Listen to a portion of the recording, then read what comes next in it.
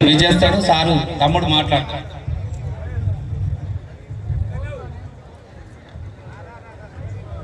అందరికీ నమస్కారం అన్న. మంచిగా ఉన్నారా? చెప్పాలి, గట్టిగా మాట్లాడాలి. మీరు మంచిగా ఉన్నారా? మీ అందరికీ ఉద్యమాభివందనాలు, విప్లవాభివందనాలు, శ్రమపూరిత వందనాలు, చైతన్యవంతమైన వందనాలు, తిరుగుబాటు వందనాలు తెలియజేస్తూ ఈ కార్యక్రమంలో అసలైతే మేము పాటలు పాడడానికే రావాలి, కానీ నన్ను కూడా పెద్ద మనిషిని చేసి అన్న ఇది పిలిపించిండు. మీ అందరికీ సామ్రాజ్యం అన్న 100% తెలిసే ఉంటాడు. సామ్రాజ్యం అన్న తెలుసా? పిడికిళ్ళెత్తి చెప్పాలి, తెలుసా వాళ్ళకి? ఇట్లా ఈ పిడికిళ్ళెత్తి ఎందుకు చెప్పమంటన్నా అంటే, సామ్రాజ్యం అన్న అత్యంత చైతన్యవంతుడు, అత్యంత బుద్ధిమంతుడు, అత్యంత గుణవంతుడు, అత్యంత తిరుగుబాటు చేసినోడు.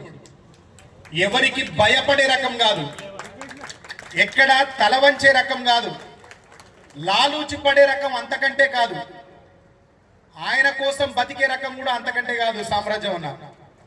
నేను సామ్రాజ్యం అన్నని 30 సంవత్సరాలుగా చూస్తున్నా. 30 సంవత్సరాల క్రితం మేము జమ్మికుంటలో తిరుగుతున్నప్పుడు సామ్రాజ్యం అన్న, పింగిలి రమేష్ అన్న, రూమాకర్ రెడ్డి గారు, మంద అనిల్ రెడ్డి గారు, ఇంకొక ఆయన సునీల్ రెడ్డి గారు, పర్లపల్లికి సంబంధించి మొగుళ్ళపల్లి మండలం, వరంగల్ భూపాలపల్లి జిల్లాకి సంబంధించిన వీళ్ళు నాకు మొట్టమొదటిసారి పరిచయం అయినప్పుడు నన్ను చేతబట్టి ఈడు సమాజానికి పనికొస్తాడు అని, ఈయన దగ్గర ఉన్న పాట పనికొస్తుంది అని, తమ్ముని దగ్గర ఉన్న బుద్ధి పనికొస్తుంది అని, నా లోపల సామాజిక భావాలను నాటితే సమాజానికి పనికొస్తా అని 25 ఏళ్ల కింద నన్ను గుర్తించిండు అన్న. 25 ఏళ్ల క్రితం నన్ను చేరదీసిండు. 25 ఏళ్ల క్రితం ఆయన చేరదీస్తే జరిగింది.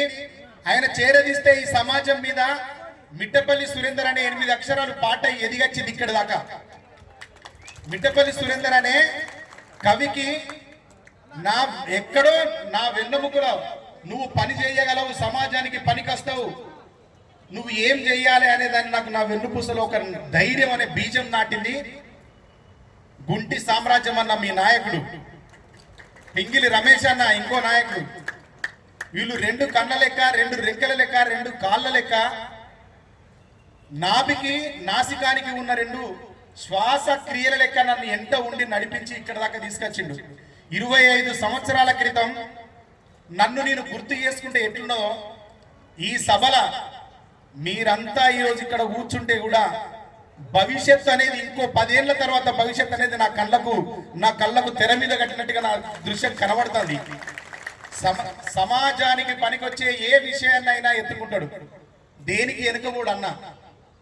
25 ఏళ్ల కింద నేనెంత పనికొస్తానని ముందు చూపుతున్న సమాజం మీద నాటిండో, ఇప్పుడు ఈ సంఘాన్ని కూడా, ఈ యుద్ధాన్ని కూడా అంతే చైతన్యవంతంగా నాటిండు. ఇది శాఖోపశాఖలుగా ఈ రాష్ట్రం అంతా విస్తరించి ప్రతి గడపకు ఈ చైతన్య దీపాన్ని తీసుకుపోతుందని, ఈ చైతన్యాన్ని వెలిగించాలని, సామ్రాజ్యం అన్న ఆశయాన్ని, మీ అందరి లోపల ఉన్న స్వప్నాన్ని సామ్రాజ్యం అన్న తన కళ్ళతో చూసిండు. అది నెరవేరాలని, అది నెరవేరేదాకా మీ ఐక్యత ఇట్లే ఉండాలని, మీ హక్కులు సాధించుకోవాలంటే మీకోసం ఎవరు రారు, మన కోసం ఎవడు నిలబడడు, మన కోసం ఎవడు ఆలోచించడు. ఎందుకంటే ఈ ఉరుకు పరుగుల ప్రపంచంలో ఎవరి కడుపు నిండితే వాళ్ళకే సంతోషం, ఎవరి కడుపు నింపుకోవడానికి వాళ్ళు చేసే యుద్ధమే తీరుతలేదు. సాటి మనిషి కోసం ఆలోచించే వాళ్ళు ఎవరుండరు.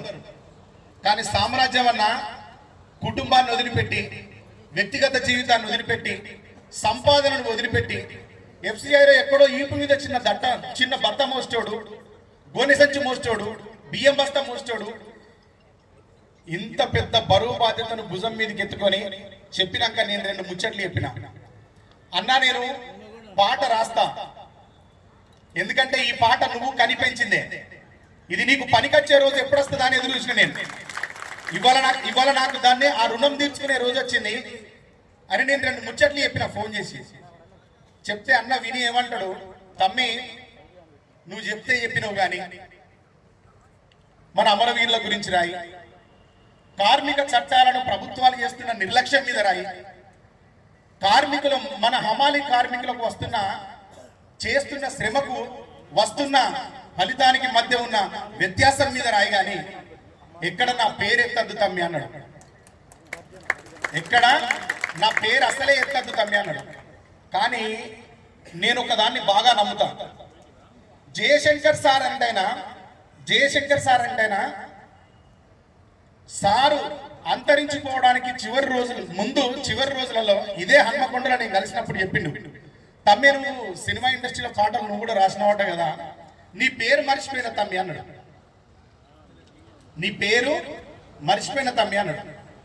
ఎట్లెట్లా మర్చిపోయింది సార్ అన్నాడు, నాకు తెలియదు తమ్మి అన్నాడు, నాకు తెలియక మర్చిపోయిన అన్నాడు. ఆయన ఎట్లా భావవ్యాప్తి చేసిందంటే, తెలంగాణ ఉద్యమం కోసం ఎవరు ఎక్కడ ఉన్నా, ఎవరు ఎక్కడ పనికొస్తారు అన్నా, ఏ రంగంలో తెలంగాణ బిడ్డలు ఉన్నారు, ఏ రంగంలో ఎదిగి ఉన్నారు, ఎక్కడెక్కడ వాళ్ళ ప్రతిభ కనబరుస్తారు, ఎక్కడెక్కడ వాళ్ళ మాట చెల్లుబాటు అవుతుంది, ఎవరు మాట్లాడితే తెలంగాణకు న్యాయం జరుగుతుంది అని ఆలోచించి వాళ్ళందరికీ తెలంగాణ భావవ్యాప్తి కోసం ఉత్తరాలు రాసిండు సార్. ఉత్తరాలు రాసి దాంట్లో మనకి ఎవ్వరికి తెలియని సినిమా కవి చంద్రబోస్ గారికి కూడా ఉత్తరం రాసిన తమ్మి అని చెప్పింది. అట్లా సమీకృత పరచడంలో, భావవ్యాప్తి చేయడంలో జయశంకర్ సార్ ముందున్నాడు కాబట్టే తెలంగాణ ఉద్యమం మనం అందరం ఎత్తుకున్నాం. తెలంగాణ ఉద్యమం మనం అందరం ఎత్తుకున్నాం. వేల మంది ప్రాణాలు పోయినాయి, రాజకీయ యుద్ధం జరిగింది, రాష్ట్రం వచ్చింది, స్వాతంత్రం వచ్చింది, పరిపాలన జరిగింది, అభివృద్ధి జరిగింది, ముందుకు పోతుంది తెలంగాణ. ఎవరో ఒకరు ఉండాలి. ఆ ఒక్క వ్యక్తి ఆలోచన విధానాన్ని పంచుకుంటేనే మనం అందరం ముందుకు పోతాం. ఒకరు నడిపిస్తే, ఒకరి బాటలో మనం నడిస్తేనే గమ్యం ముద్దాడుతాం.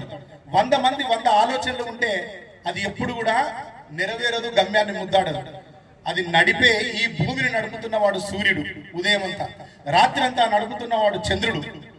ఈ భూమి మీద ప్రాణాన్ని కాపాడుతున్నది గాలి. నీ ఆకలిని తీర్చు